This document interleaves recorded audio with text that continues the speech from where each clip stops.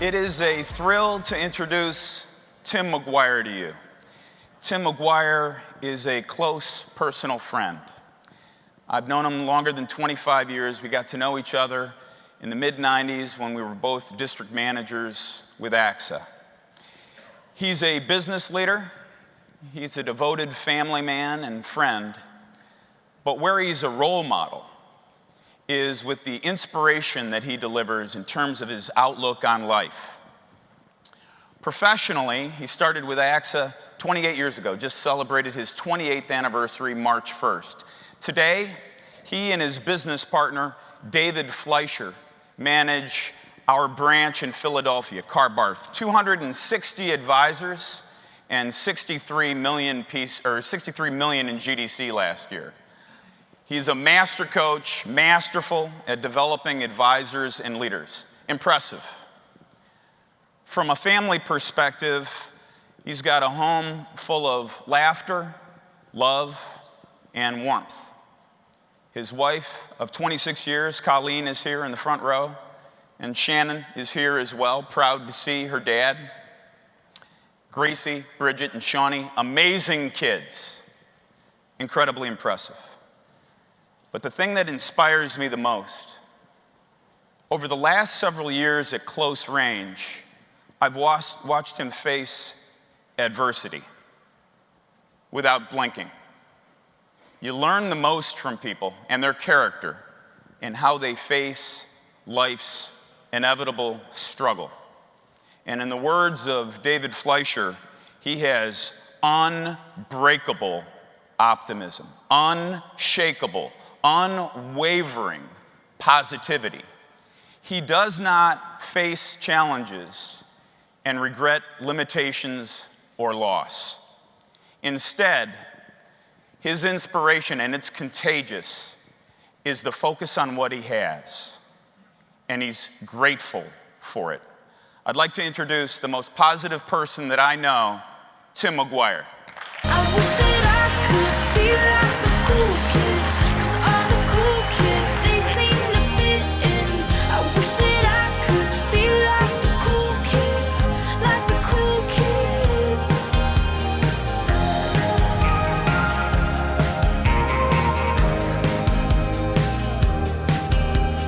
Thank you, Jim. 15 years ago, I was 37 years old. My wife and I had our fourth child, a boy, after 3 girls. It was an exciting time in our life. In addition to being a busy professional and dedicated father and husband, I was also an avid athlete. Each year, my friends and I would go on our annual boys' ski trip to a destination out west. Here's a picture of us in Aspen, Colorado. The far right is my best friend, Paul Reed, who's right here in the audience, an elite leader. We were, given our competitive natures, we weren't ones to take on the bunny slope. We were expert skiers. We would take the first ski lift to the top of the mountain to tackle a Black Diamond mogul run. But this year, the year I turned 37, I noticed that I couldn't make that cut in that mogul run that I used to come so easily to me. I found myself losing my balance, wiping out, even struggling to make it down the hill in one piece. I can remember vividly falling over and over and over. My friends waited for me at the bottom and said, "Hey, Tim, what's wrong?" And to my frustration, I couldn't answer them. I genuinely didn't know. I found myself having the same frustration playing tennis with my wife, a sport that came very easily to me. I felt like I was wearing cement sneakers. I tripped making that familiar dash to the net, and I fell returning a simple shot. I started to ask myself, is this what it's like to get old? Maybe this is what it's like to turn 40. Why can't I do the things I used to do? My competitive spirit was bruised. My body felt out of sorts, and I started to wonder maybe there was more to these issues. It wasn't until several people commented upon my abnormal gait that I started to search for answers. I met with many doctors until I met with a world-renowned neurologist at Johns Hopkins who diagnosed me with a rare genetic neurological disease called adrenoleukodystrophy. My only context to this disease was my cousin Jimmy, who suffered severely from it. He became paralyzed, needing a feeding tube, and he died before the age of 20. I was terrified. I was heartbroken. I really felt hopeless. Was this going to be my future too? What would happen to my wife, my children? I couldn't believe this was happening to me. When I finally got the courage to ask my neurologist what my trajectory was, he said that my phenotype is adult onset and that I would lose my mobility and balance over time. And he said I would likely be in a wheelchair by the age of 50. This is when I had a decision to make: to give in to this disease and focus on my limitations and what I couldn't do, or to focus on my capabilities and the blessings I have in my life and not let this disease define me. I chose the latter. And the outcome has been this disease has been much more of a blessing than a curse. This disease has made me more resilient. I've become a better leader, a better husband, a better father. And what I'd like to do is take you on my journey of what I learned along the way on how to adapt, adjust, and move on so you can too. You see, we all face challenges in life: a disability, an illness, a loss of a loved one, a divorce, maybe challenges you're having in work. Melissa Stockwell, an Army veteran who lost her leg in Afghanistan, says that the beauty of life is that when obstacles come our way, we have the power to choose how we deal with them. We can choose to grow from them, which in turn makes us stronger and shapes the person we are. I hope to give you a recipe that might help you if you're dealing with challenges today, big or small. I first think adapting is a mindset. I read a powerful book years ago that changed my thinking. It's called The Strangest Secret by Earl Nightingale. In this book, it unlocks a secret to success as well as a secret to failure. We become what we think about. I've had to adapt to my disease. I wear braces on both of my legs. I recently started using a cane. I struggled with this decision to wear these braces. I thought it might be a sign of weakness. I wondered what people would think about me. I worried how it would impact my work and my other activities. It wasn't until a colleague of mine at work and a good friend, Andy, came along, and he said, no. He says, these braces are going to help you with your mobility. They're going to give you greater confidence. You're going to be better at work and in life. Sometimes we all need a little Andy in our lives, don't we? We all have a decision to make: to focus on our fears, our limitation, our doubts, or to focus on opportunity, positive outcomes, and goals. It's our choice. So I ask you, what's your current mindset? What story are you telling yourself that might be limiting you? Are you ready to write a new story?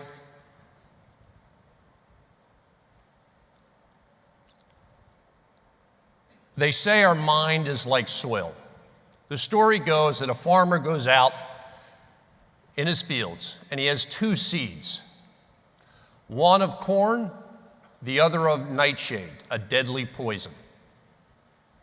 He plants both seeds, covers them up, takes care of the soil.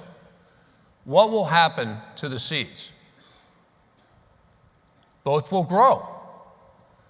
Well, our minds are much more powerful.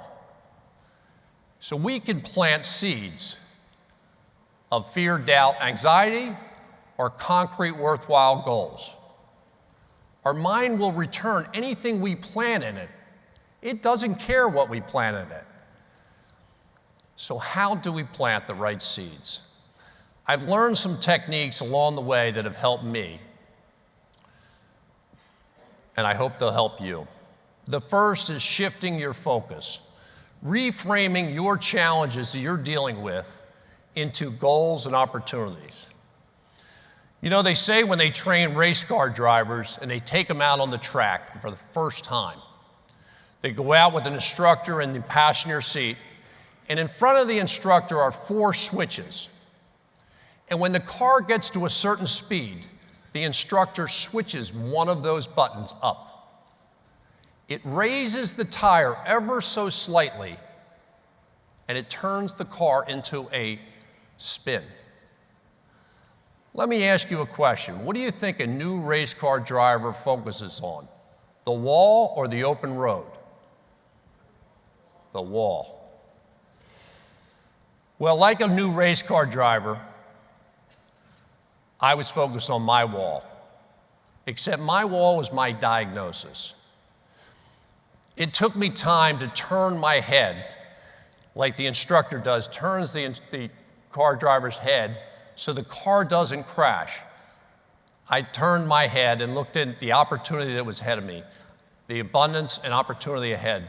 So the first way to adapt is shifting your focus. They say the mind has 60,000 thoughts in any given day. What's interesting is research has shown that 90% of our thoughts are the same.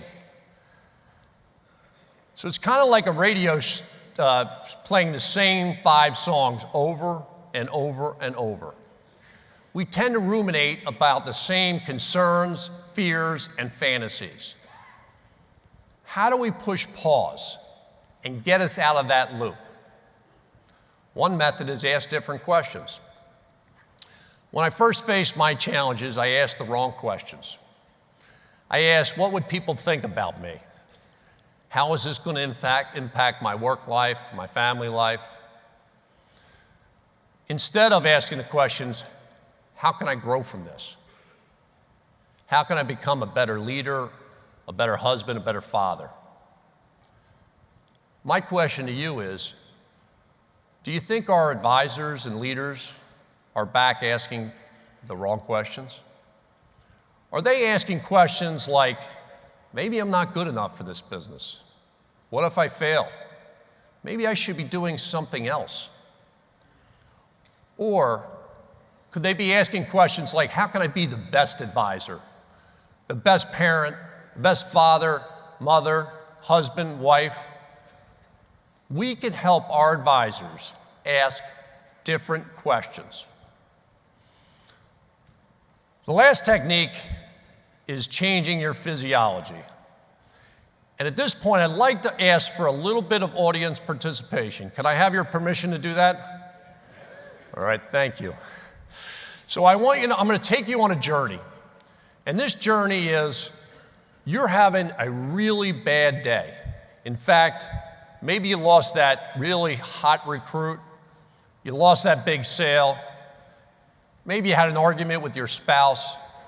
Your personal and business life are not going well. Now, as I take you on this journey, I'd like you to just to Adjust your physiology. Roll your shoulders down a little bit, your head down. You got a sad face. It's not good. Some of you are better than this than others.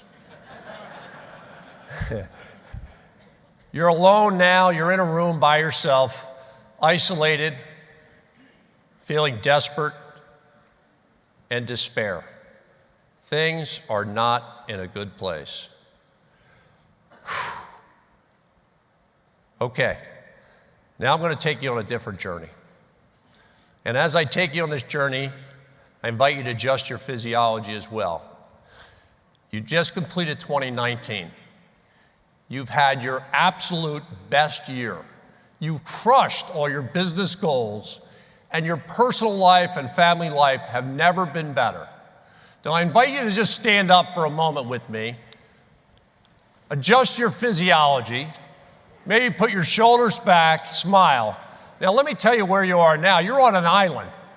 You're on with your family right now. You're celebrating an amazing 2019. You're sipping on a drink with your look around, smile. You did it. You crushed your goals. Way to go. Thank you. Thank you. So what happened? You can sit down. Thanks for playing along. So what happened in that minute? What happened? You changed your physiology. Your physiology is a remote control for your brain. I use this technique quite often. When I walk into a room, particularly a room of strangers, immediately their eyes are drawn down to the physiology that isn't working as well, my legs. So I throw my shoulders back, I smile, I look them in the eye, I give them a big firm handshake. It puts me at ease, and I think it helps them as well. So the next time you're going to go into that recruiting meeting, that big recruit, or that big sale, or maybe the big talk, throw your shoulders back, smile, and get excited. Your physiology can change the way you think.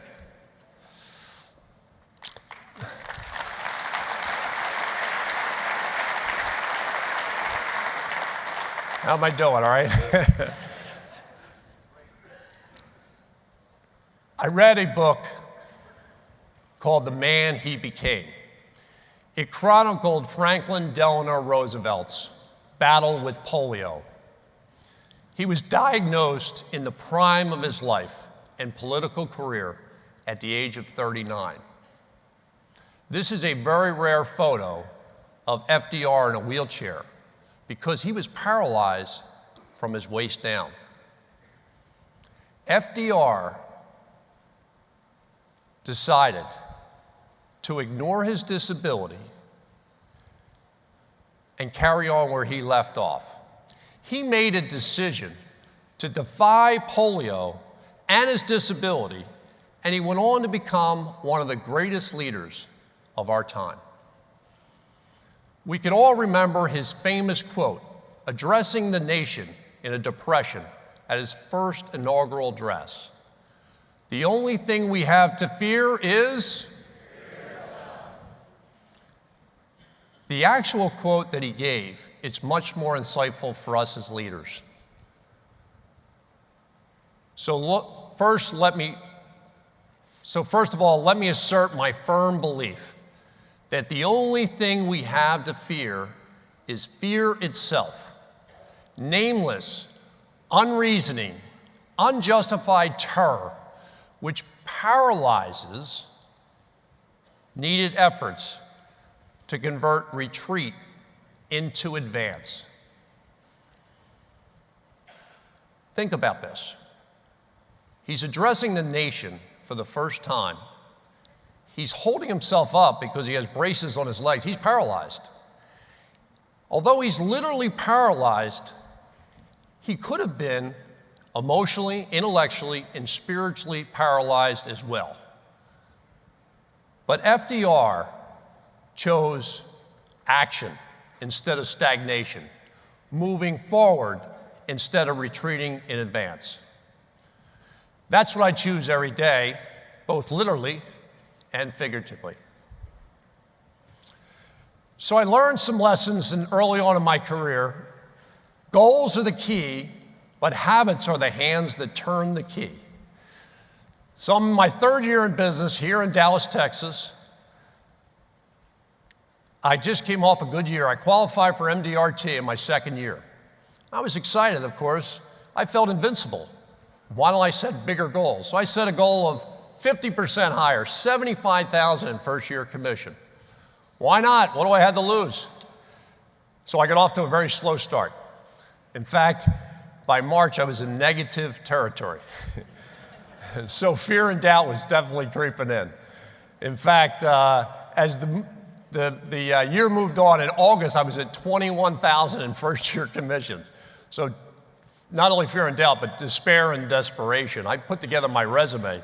I started to look for another career. So I attended an agency meeting, and there was a speaker in there, Anthony Gailey. If you know Anthony, he's a hypnotist and professional coach. And he offered a workshop on goal setting. And I said, why not? What do I have to lose? So I went to this workshop, and in the workshop, he had us write down our goals. And then he had us write down the habits that we needed to attain those goals. So we wrote down our goals, and I wrote down habits like I set 3 appointments a day.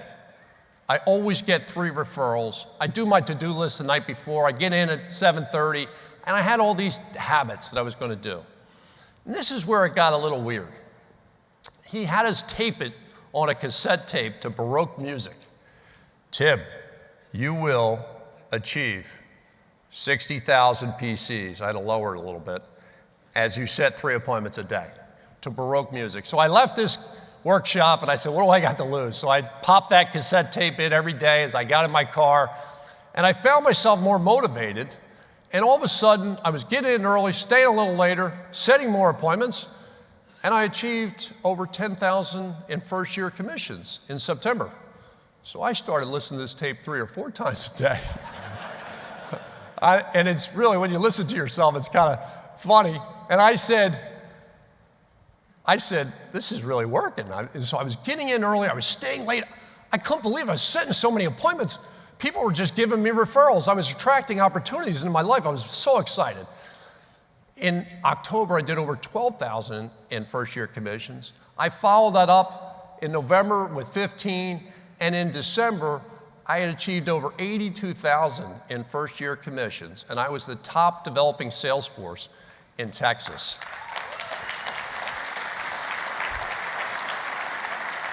Well, I've learned some great lifelong lessons from that, and that is small adjustments to habits can have remarkable outcomes for you. So my question to you is, do you have big goals? And are you willing to make some adjustments in your habits?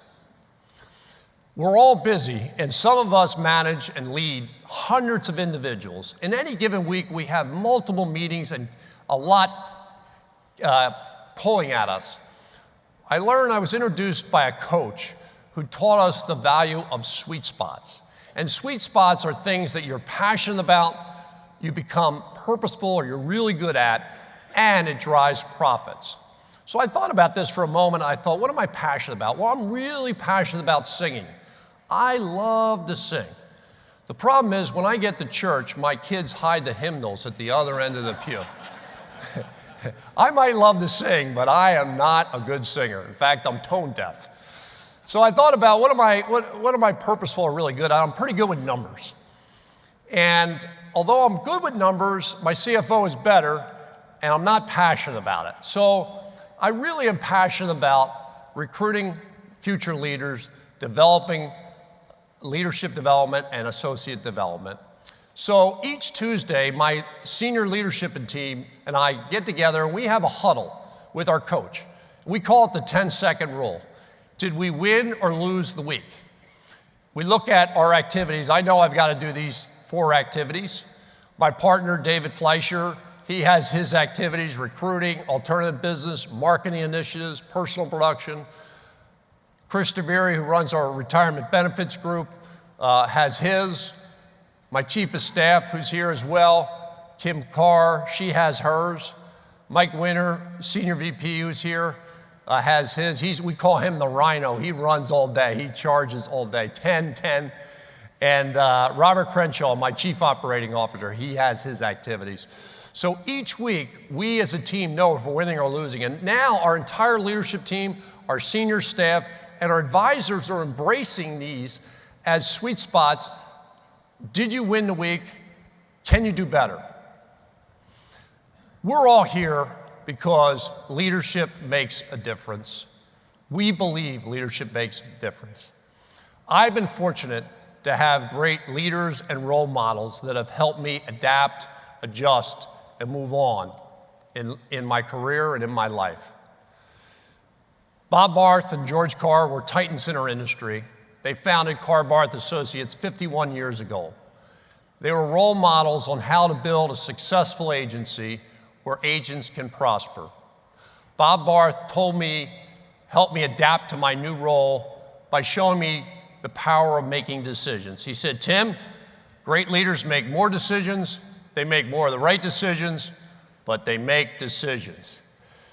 George Carr showed me the power of delegation and how to adjust to my new role by focusing on the most important activities, recruiting, advisor, and leadership development. My partner for 16 years, Dave Carr, showed me courage as a leader and helped me adjust to my new role by pausing and asking the right questions and being an active listener. My district manager who hired me here in Dallas, Texas, your Gamma president, Chris Noonan, believed in me when I had my doubts. He showed me the power of having a big vision and setting goals. He helped me move on from both personal and business challenges. And Jim Mellon, who spoke on this stage last year, detailing his battle with cancer, showed us all how to adjust by reframing our challenges into opportunities. I'm so grateful that I've had amazing leaders and friends that have encouraged me along the way. Although I've had to give up a few things like tennis and skiing and other activities, I am much better off as a result of my challenges. My doctor said to me, the only way to stay ahead of this is to stay active and fit. As a result, I work out 7 days a week and I'm in the best shape of my life. Thank you. I get to play golf with my 15-year-old son here, and although my stance is getting wider and wider to keep my balance, I beat him every once in a while. I have a much better perspective on all the blessings I have in my life. I have an amazing family, I have great friends, and I have a career where I can help make a difference in the lives of others. My life is fuller as a result of my challenges, and I'm very grateful. In closing, we can all adapt, adjust, and move on. In fact, it's not something we can do, it's something we must do. And as leaders, we have the ability to influence the people around us in life by how well we do it. Our struggles and how well we adapt, adjust, and move on to those challenges can change the lives of the people we lead. Thank you very much.